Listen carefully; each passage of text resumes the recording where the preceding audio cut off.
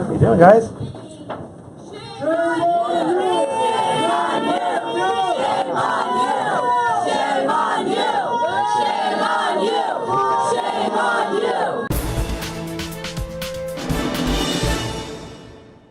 That was the welcome reception received by South Texas College of Law professor Josh Blackman when he dared show up to give a speech at the City University of New York.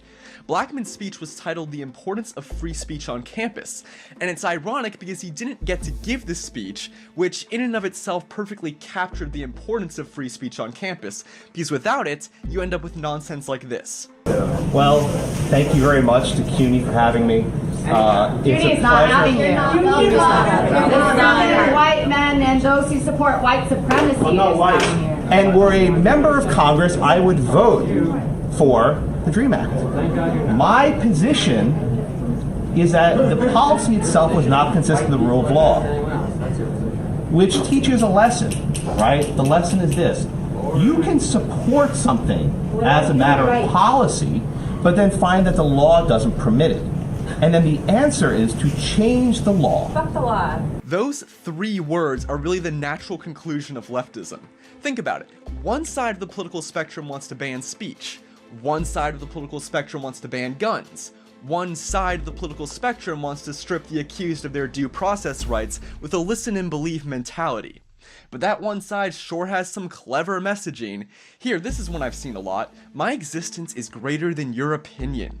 Because if you don't call me Z or Zier, or one of those other random cringeworthy assortments of letters, you're not just disagreeing with me, you're denying my existence. And when you deny my existence, that gives me license to go after your existence with actual violence. Or how about this sign, held by this young scholar who tried to block Blackman from getting into the room with his backpack? Conservative hate does not equal intellectual debate. Because if I just simply reframe your argument as hatred, I don't have to bother refuting it. And hey, I don't want to take away these students' right to protest, but there's a difference between protest and being a petulant, censorious crybaby, as I'll let this administrator explain. All right, listen. Everybody stop. Let me tell you something. The university rules are people get to speak. You may protest. You may protest, but you may not keep anyone from speaking. If you do, I have other things to do. I will be back. Or you can resolve this yourself. Or you can have me resolve it. Pretty based, as they say. You know, while they may come up short on arguments, logic, self-control, if there's one thing progressives don't lack, it's raw emotion.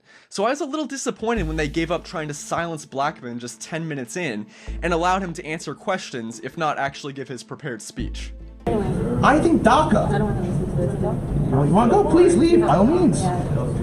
I think DACA is a good policy. I think you're tired. Yeah. No, I'm feeling pretty good. You're lying to yourself. I think you're white supremacy. Okay. Oh, that. This is really about CUNY law and how you let this happen. As a certain president would say, low energy. But really, these are our future attorneys, judges, maybe even Supreme Court justices.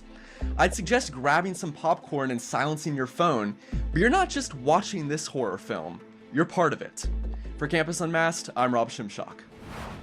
If you like this video and support our mission, please make sure to comment and subscribe. If something happens on your campus and you'd like us to investigate, send us details using the form on campusunmasked.com.